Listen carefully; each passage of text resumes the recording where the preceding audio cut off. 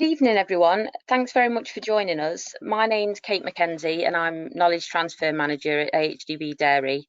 And tonight we're going to be doing the webinar on Drought 2018, Future-Proofing Your Business. So our presenter this evening is Oliver Hall of the Anderson Centre, and we'll be discussing what farmers can do to tackle the drought conditions this year and things to do to help you through into the near future as well. So we've got about 100 people on this evening, which is really good turnout. And the plan for tonight is that Oliver's going to run through his presentation, which will be about 30 minutes. And then there's going to be time for comments and questions at the end. And we've also got Tony Evans from Anderson Centre, who's also going to be available to chip in for Q&A at the end as well. So everybody's going to be muted throughout the webinar, but if you'd like to ask a question, and type it into the question box that you've got on your screens. You can find this on your control panel on the right hand side. If you do the little drop down box where it says questions, and if you type it into there, we'll be looking at those as we go through, and either if it's something specific for the part that we're on, then we'll chip in and we'll ask it at the time. Otherwise, perhaps if it's one that's a bit more in detail, then we'll save it till the end, and Ollie and Tony will be able to go over things then. So I'm going to be working in the background to make sure that everything's running as smooth as possible. If we do have any technical difficulties, then just bear with us, but don't foresee anything going wrong. The webinar is going to be recorded, and it will be available on our AHDB Dairy YouTube channel. But along with that, we're going to be sending out a PDF of the slides to people's email addresses that you supplied when registering after the session, because there are quite a few facts and figures, different graphs, some information that you might want to look back on. So we'll be able to send that out afterwards rather than you having to quickly make notes whilst Ollie's talking. So without further delay, I'm delighted to introduce Ollie. Ollie, thanks very much for taking the time to do the webinar for us. I wondered if you might be able to just start us off with a bit of an intro about yourself, please. Good evening, everyone. My name's Oliver Hall, dairy consultant here at the Anderson Centre. Practically involved with farming businesses as well in the UK, and spending a lot of my time out on farm with other dairy farmers, looking at their businesses and amongst other things. I'll just introduce Tony now so you know who everybody is and whose voice is who. Hello everybody. That's Tony. Introduction, Tony. Oh. Yeah, so very much out on the farms at the moment, looking at forage stocks, and probably, dare I say, getting wetter from the west. But as I head back to the east, I realise we've still got some deficits to deal with. Okay, right. Well, we'll get started and we'll work with the questions, as Kate has said, as we go through.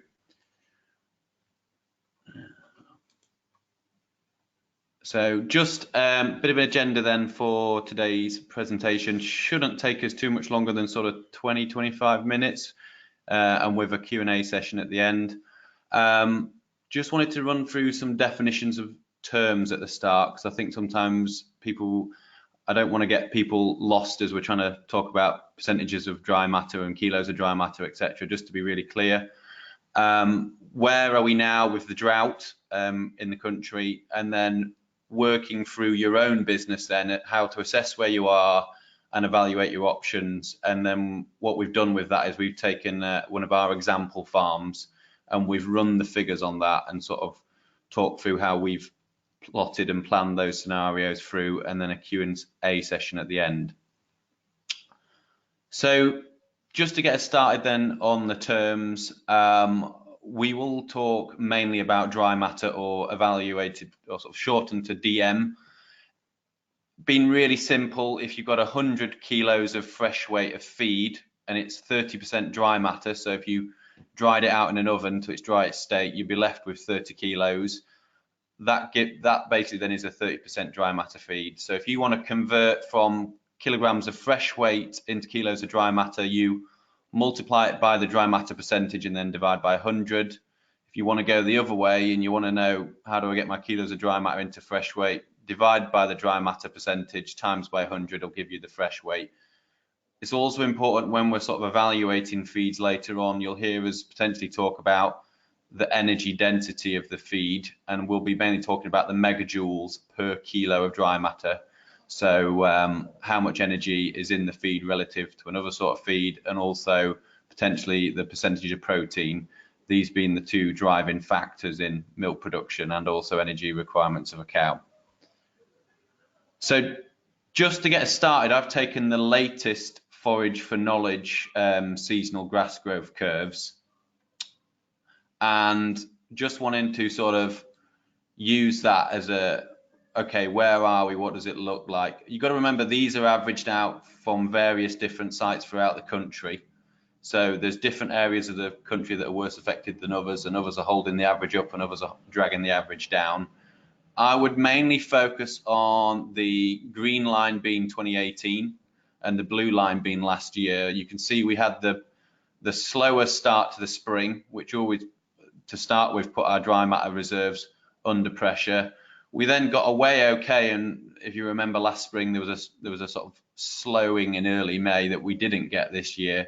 But then you can see here that soil moisture deficit really started to hurt the averages here at the about the 12th to the 20th of June, and then this has basically created this hole in here, and we will come to quantifying that later. Just interestingly, where's this going to go is the next challenge when you come to doing these budgets. Just from driving around the country, you can see now that different areas of the country, I need to go back.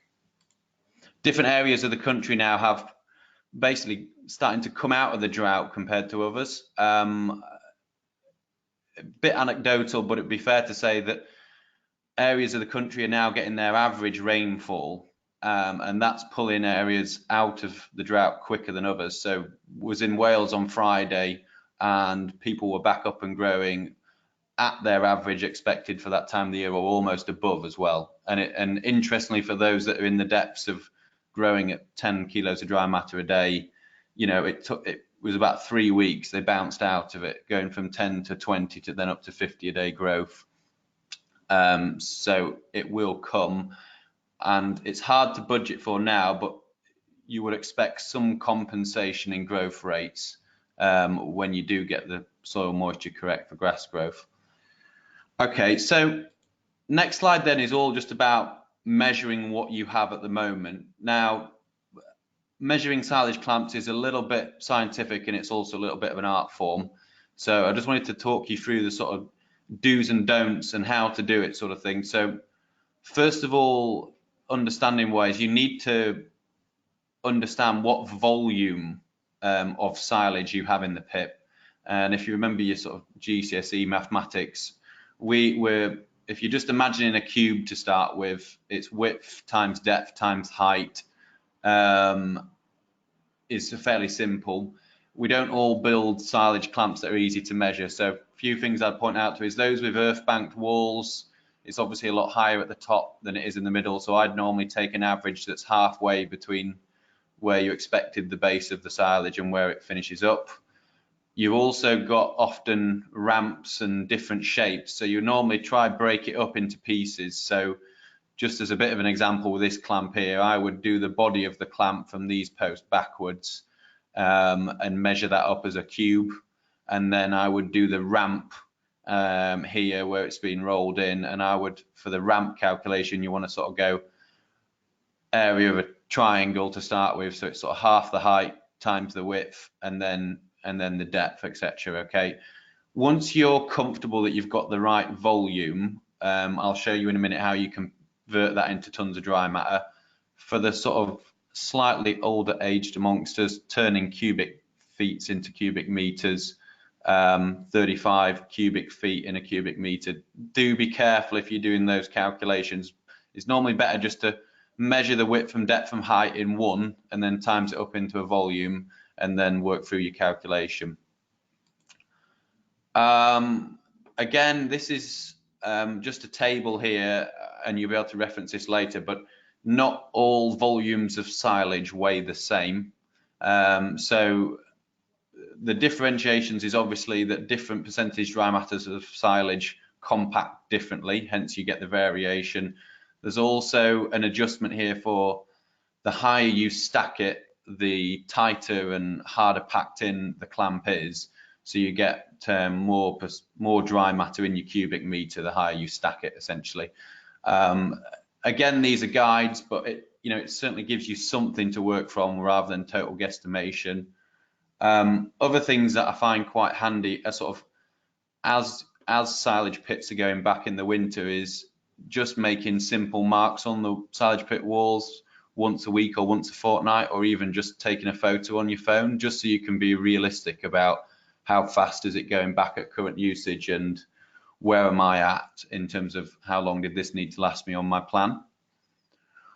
Okay, next slide then is just really about calculating what you need. Again, this is individual to your farm, so I just threw up here some different examples in terms of having a long winter, in my definition of sort of 217 days here. So you've got, having to feed cows from mid-September or feeding them at night during September.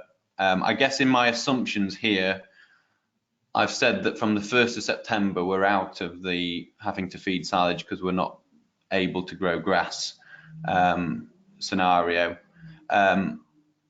That gives me 217 days. If you look at an average of 12.5 kilos of dry matter from forage daily, that gives me a requirement of 2.71 tons of dry matter.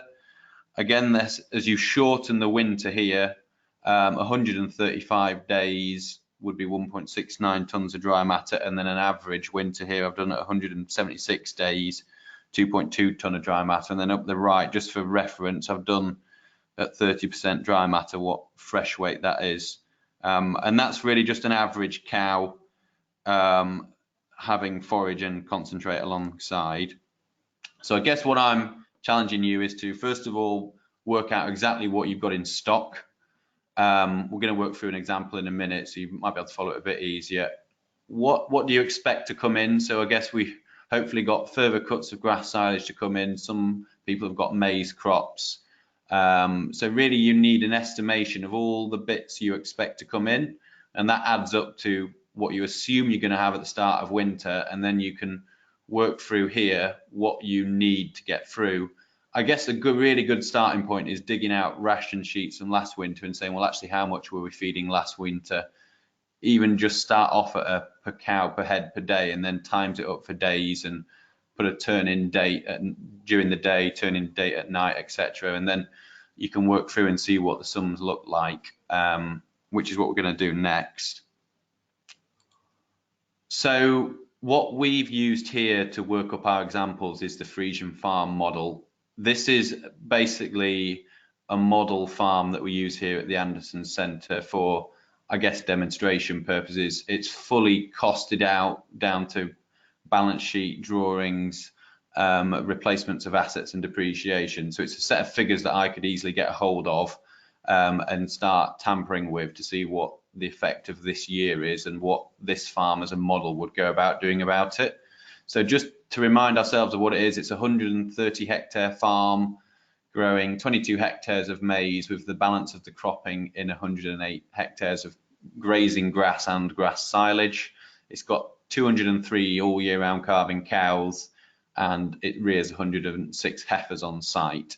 Now, it is meant to be based in the Midlands of England. So I took the Forage for Knowledge data for the Midlands and of England, and basically for July and August on a 5-year average, we would expect to grow 52 kilos of dry matter per hectare per day of grass. What we've actually recorded is an average of 8.5 kilos of dry matter per hectare per day over that sort of 62 day period. So what does that mean? This business is sat there now with a feed deficit of 288 tons of dry matter, which represents a shortfall of 2.67 tons per hectare, or a 23% reduction in the ability of it to grow grass in the last sort of 2 months. At the moment in these numbers, I have not adjusted the maize yield. From walking maize crops, that is quite variable dependent on when and how it got sowed and how well it got away and what moisture it's been able to get during its vital growth stages. So some maize crops look on average, some look, to be honest, half the average. So the main thing is to get out there and walk it and start putting some estimations in. So if you just bear with me a little bit on this slide, this was our workings for this farm. I guess our first focus is on replacing the tons of dry matter that we could do cheapest first in terms of a model. So what we have said here is the young stock that is on site, they are going to be put onto a forageless ration, essentially, as in we're going to buy straw and feed them straw and concentrate. So that, what it's going to look like is 4.5 kilo of dry matter of straw and an extra 2 kilo dry matter of concentrate. So they're actually going to get, the original budget was to feed them 2 kilo alongside their forage. It's now going to be 4 kilos. So our impact against our original budget here is that 108 ton of dry matter, which is a mixture of buying straw at £100 a ton fresh weight. I guess we can argue out, is that possible, is it not? But I'm assured by my arable colleagues in the office that you can buy that if you ignore the headline prices at the moment, and the concentrate at 230 a ton fresh weight. So that basically saves us 108 tons of dry matter. We have to spend 17.5 grand to do that. So that brings our average cost of replacing that dry matter in at £161 a ton. So that's quite respectable as we go down the list. We've then, again, this is all year round calving. So we've always got some dry cows in this budget every month of the year, essentially. So we've budgeted to feed 60% of the dry cow ration as hay. That gives us the ability to buy 34 ton of dry matter, and we put the hay in at £150 a ton fresh weight. So that costs us 6 grand, which is bringing us in at a cost per ton of dry matter saved of about £176 a ton. That then leaves us with 146 tons still to find. And if you assume we maintain the herd size, which I'll come to in a minute, that has to be of milking cow ration quality. So the challenge is that these are cheaper because they're not of that quality. Well, this is on average when you balance it with the concentrate, but that's why this is cheaper. We've then said that at the moment it's very hard to get away in the marketplace from this sort of £200 a ton of dry matter. So that's your maize standing crops home at over £60 a ton fresh weight, brewers grains £45 a ton. Most things you price up at the moment are in that £200 a ton of dry matter brackets. Okay, so if we follow that through, we've been able to replace the 288 ton at a cost of 52,000, which is an average of £182 a ton of dry matter. We cost saved to date. So what we've said is we've saved 2 applications of nitrogen. We bought that nitrogen at 235 a ton, so that's saved us £4,400. And we also saved on the contractor bill for the essentially the second cut silage and any surplus platform silage. So that saved us another 6.5 grand at 44 hectares cut at £148 a hectare. So, you know, to offset our 52,000, there's 10,900 in savings to date. I guess that gives us a net cost of the sort of 2018-19 forage year. We run these figures to a March year end of about 41,000 for this farm. That is not unlike numbers that I've been doing out on real farms. What that doesn't, I guess, take into account that has happened in July and August is some people have been hit with slightly reduced milk yields, with depression in cow intakes, heat stress, and also the fact that we've been feeding silage forage rather than grass. And so we've either had to feed more concentrate or take less milk, or a little bit of a combination of the two. So that there's more to be added to that figure, I guess, if you're doing a full assessment of this, what this season could look like. Plus potential contractor costs for cows being fed indoors. Yeah, some power and machinery costs on there. Slurry. Okay, we'll just move on now then to the other bit, which I guess is just me sort of raising a what if question first before you go through with that process of buying all that feed. Now, I guess this has been run on an all year round calving scenario, and we'll have a discussion at the end that actually different systems are going to have different scenarios here, mainly because of what, you know, if you're spring calving, you're going to have a lot of dry cows through the winter, the opposite being autumn calving. Okay, so this really captures average of all year round calving basically on this farm. What I wanted to do was basically a partial budget. Now, these are sometimes a bit dangerous to do, so you have to sort of bear in mind the assumptions as you follow them through, but I wanted to make sure that people were thinking this through in their heads before they literally just went out and wrote a check for the feed. So if you follow my assumption here, if you got rid of a cow on the 1st of September till the 31st of March, which is when this financial budget is running as an all year round calving model, you would save 2.7 ton of dry matter. Okay, and so I wanted to ask myself the question, well, what am I losing out by buying all this feed just to hang on to this extra cow? The milk average in this herd model is 7,700 litres, and the budget at the moment was at 28.5p. I agree that price probably could be slightly higher going into this winter, but not hugely higher. This is a 7-month period, so ultimately you take your yearly budget and you say, what can I save in the next 7 months if I'm not having to look after that cow? So we lost out on the milk, which was 4,500 litres or £1,284 of income. If on average we got rid of some cows that were going to calve as well, we would lose out on some calf income, so that gave us about £48 a cow. So with income foregone, if we got rid of the cow on the 1st of September, was £1,330. We said we could save 100% of the animal variable costs. So this was vet, AI, livestock sundries, milk recording. So anything that is directly related to the amount of cows you have on your farm, we could save those. So that saved us £375. We then went into the overheads, and it's a dangerous term, but we said what overheads are variable, and actually if we'd got rid of cows this autumn and winter, what would we save? So we looked at the electric, because you'd have less milking to do, less milk to cool, etc. And we looked at proportion of the contractors. We can't, you know, we've already budgeted that we've saved the contracting bill for making feed, but we basically took out the slurry and muck costs and any carting of bedding, etc. And we took out some of the fuel which relates to feeding cows and spreading slurry. So we got that to £120 a cow of the year, but it's only for 7 months.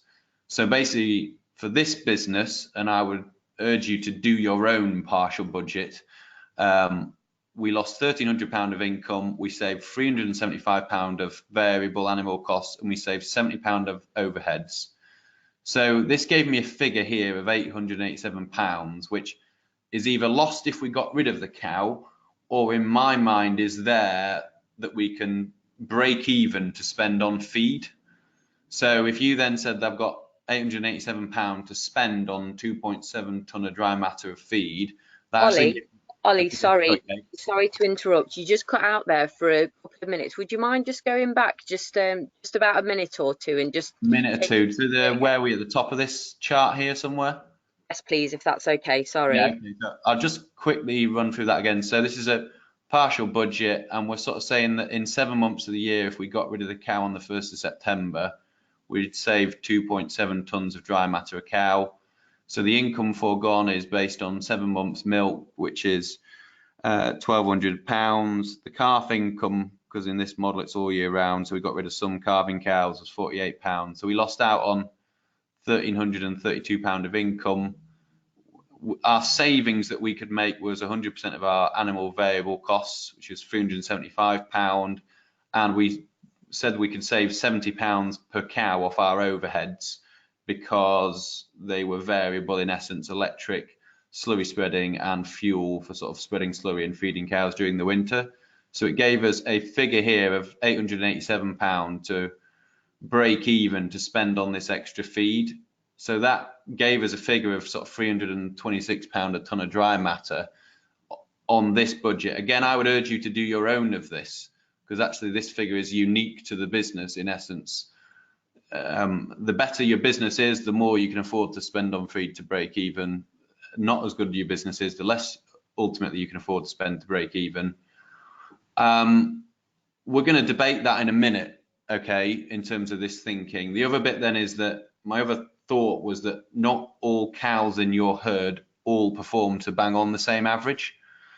And basically here I said, right, if I then bought my extra feed at £200 a tonne of dry matter, how many litres of milk does she need to do in this period for me to break even?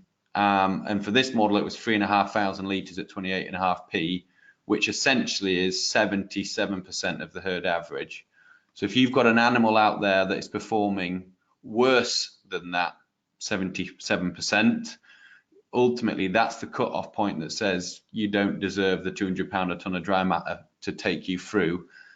That only works obviously on your, you can only do that for so many cows.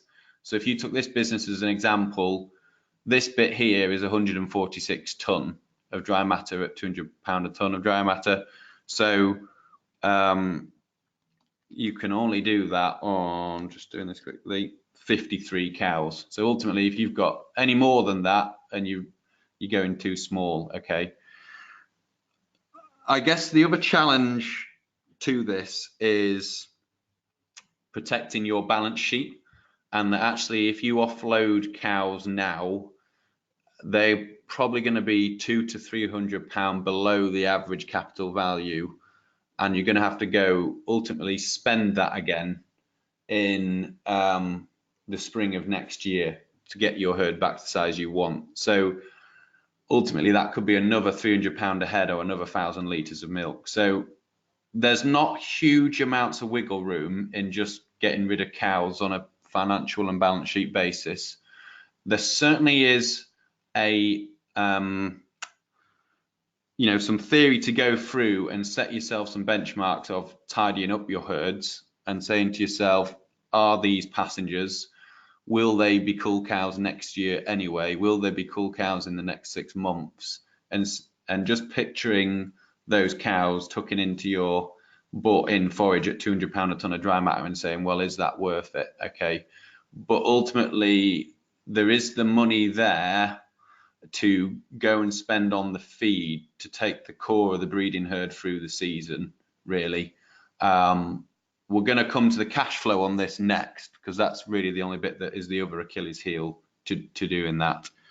Do you want to just talk through now, Tony, that that's an all year round calving model, the difference between if you start off with the spring calvers, you've ultimately got more, you've not got a lot of milk in your break-even calculation, but you've got a lot more options in what dry matter you can buy in, because a huge amount of your herd is going to be dry when you work it out. So roughly of that 2.72 tonne of dry matter, at least a tonne of it could be fed to dry cows. You've also got the option of drying off early and changing the feed quality as another sort of what if budget. And also, I guess there is some that export dry cows off their milking platform.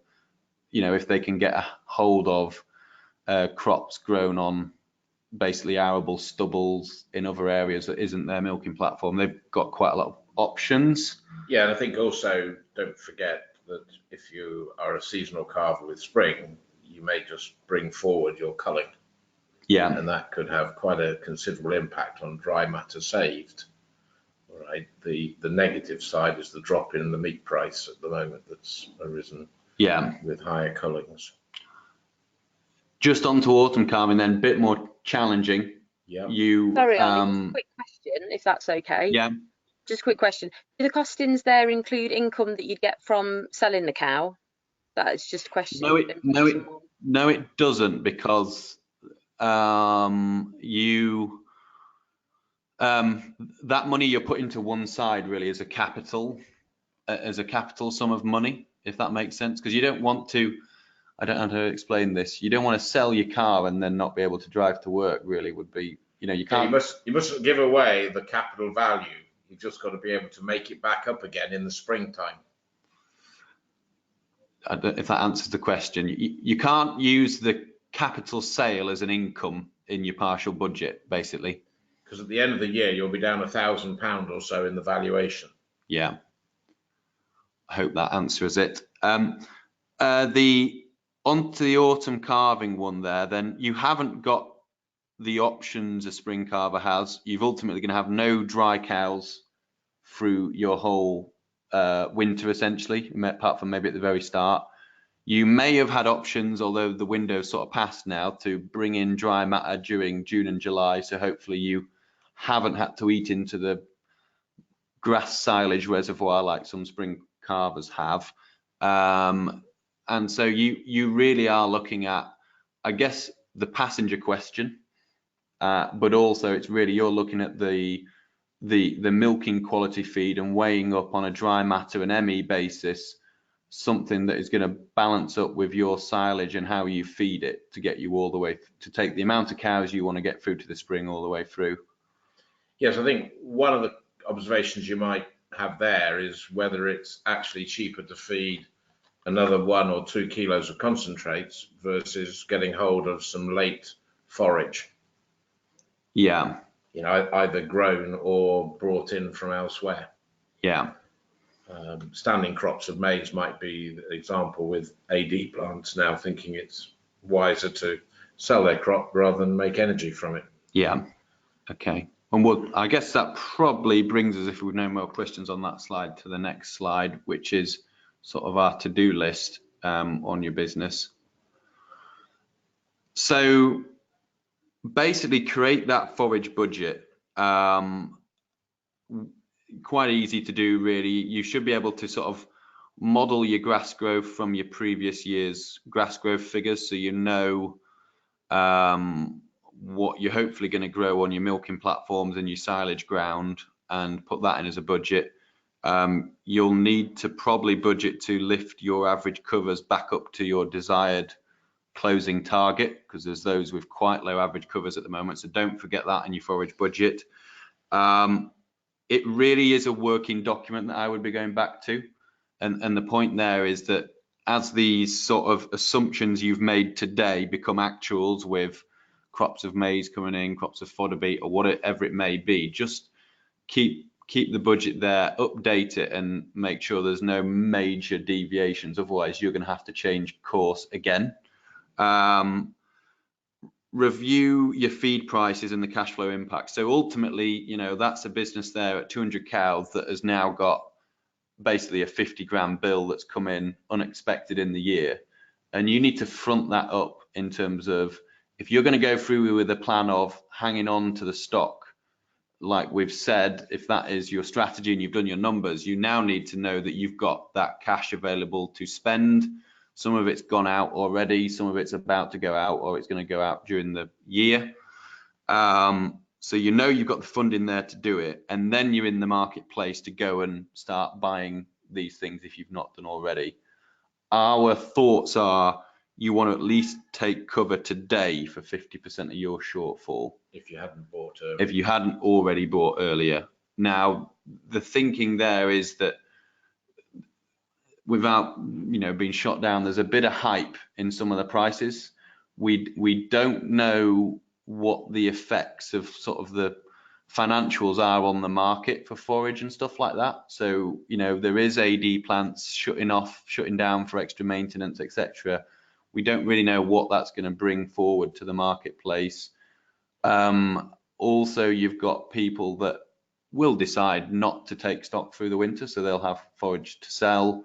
And also, we don't really know what this compensation in growth or what sort of autumn we're going to have, and that could just change the dynamics a bit. But you certainly want to be taking some cover, because, you know, it's a big hole. It's quite widespread throughout the country, or it was widespread throughout the country. The recovery is a bit different throughout the country, really. So that would be our thoughts on that. Any other bits, Tony, you want to add on that? Well, yes, I mean, Friday's USDA report put the price of wheat, maize and soya down. So when you look at your £150 for your hay, it's everything seems to be almost based upon wheat price. All right. So if total bulk supplies are now actually easing a little, then that's why, in effect, you could argue that you're actually about to buy everything at the top of the market, right? And I'm not sure that's necessarily the wisest thing, which is why we're saying don't necessarily go for full coverage. Okay, we touched on it quite a bit, but identify those passengers that when you sort of done your partial budget are not performing, and this is the year to take those out. You know, in my mind, it's dragging the calls forward, trying not to eat into the core capital value of your breeding stock that you want to have in place for next year. Redo your budgets and cash flow and inform all your stakeholders and just front it up and say, look, right now today my forage budget says 52,000 and this is what it does to my budget. If it gets better, great. If it gets worse, evaluate it as quick as possible. That just my other bits then just protecting and setting up for 2019. So being aware not to rob off 2018. Sorry, not to rob off 2019 by being too hard in 2018. So, you know, really important to watch cow condition and the growth of your young stock as well. So that although, you know, you've seen I've gone into the budget there, fed them cake, fed them concentrate, you still need to achieve what you set out to do with those young stock, just with a higher cost. Okay. The other bit then is cow numbers. So, you know, you might feel you're overstocked and you're bringing the numbers back a bit from 2019, but don't do it on a drastic reactionary basis. Do it on a basis that's planned and thought out. Again, closing grass covers. Do not eat your farm down to nothing like you wouldn't normally hopefully do. Leave what is your right amount of closing grass covers to get you through to next season and have the correct turnout. I think the other bit just on that, one of my thoughts was this will again point out the value in early turnout of cows. I would certainly be questioning any dairy farmer who has sheep tack or sheep on their land. You know, visualize those sheep tucking into the dry matter at £200 a ton of dry matter and you're getting 70p a week or whatever it is. I wouldn't be that excited. I think the other bit there was just people in your business. It's been a really hard year out on dairy farms with a tough winter, tough spring, and then, you know, a tough summer when people would normally not be having to feed out and scrape up and all those tasks associated that's been with this drought. So making sure that you look after them, because otherwise, if you rob off that, it's going to have long-term damage. You know, it's your responsibility as the business owner to sort of mitigate as much of this damage in 2018 and just keep it in 2018, and then you can get on with 2019.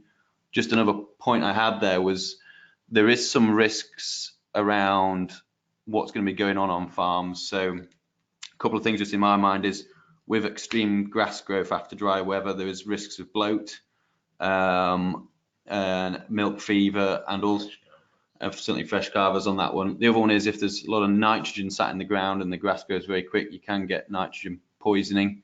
The other thing there is you're going to be feeding a lot of feeds that you may normally not have done.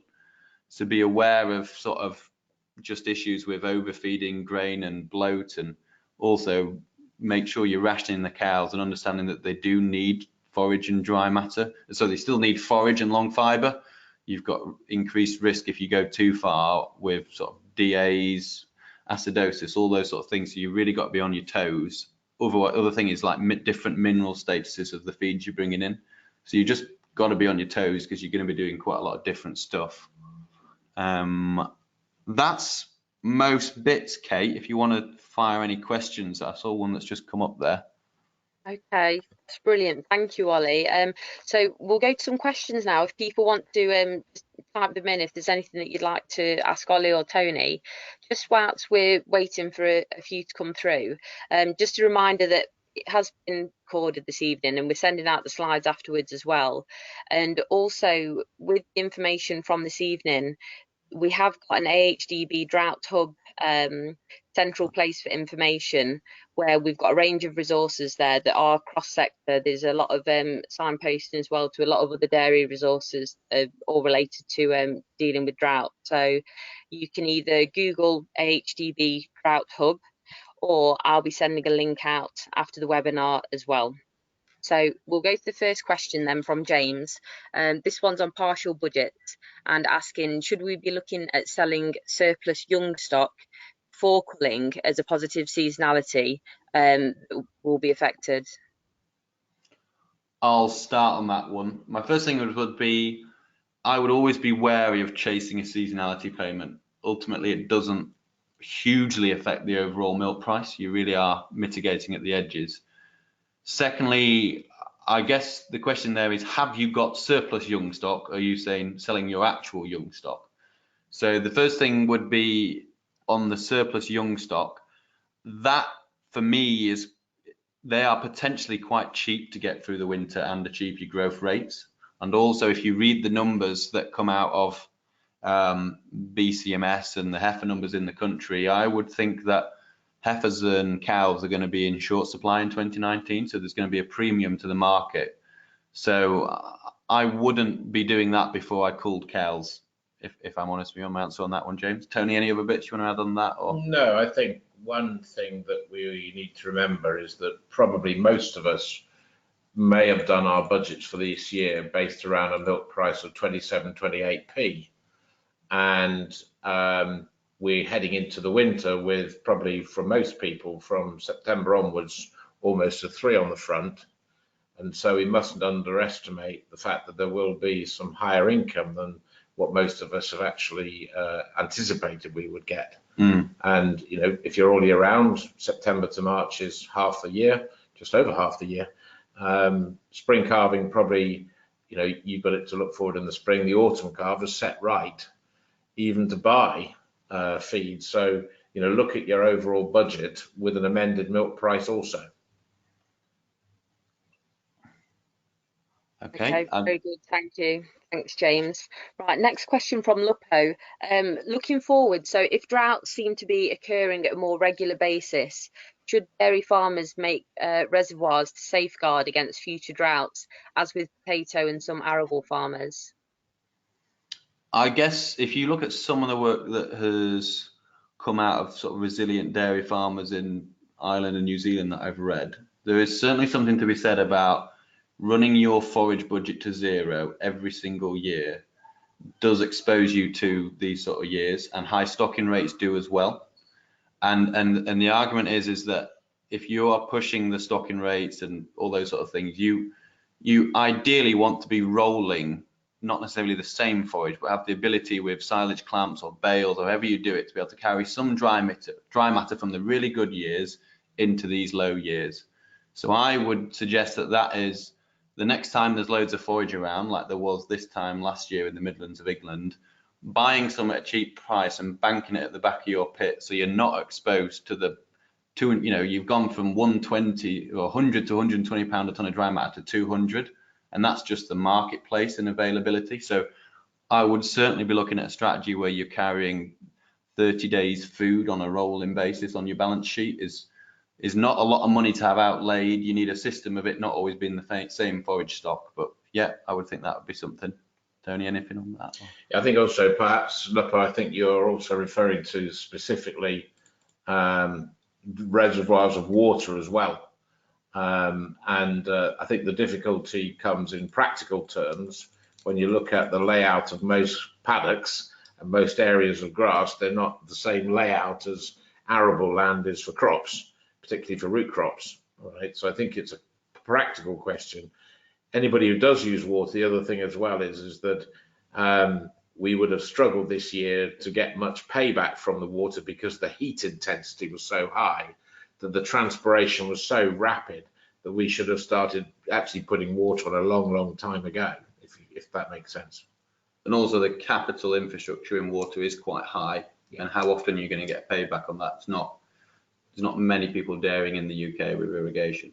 I think one of the biggest challenges that one would have is look at your sort of, it's a horrible thing to say, I keep referring to this 5-year number, but look at the history and ask yourself whether you are, you know, whether your production system suits your geographical and weathered area. Right, there'll be many people here that will be pleased to say that in the summertime in the Midlands, they're glad they're autumn calvers.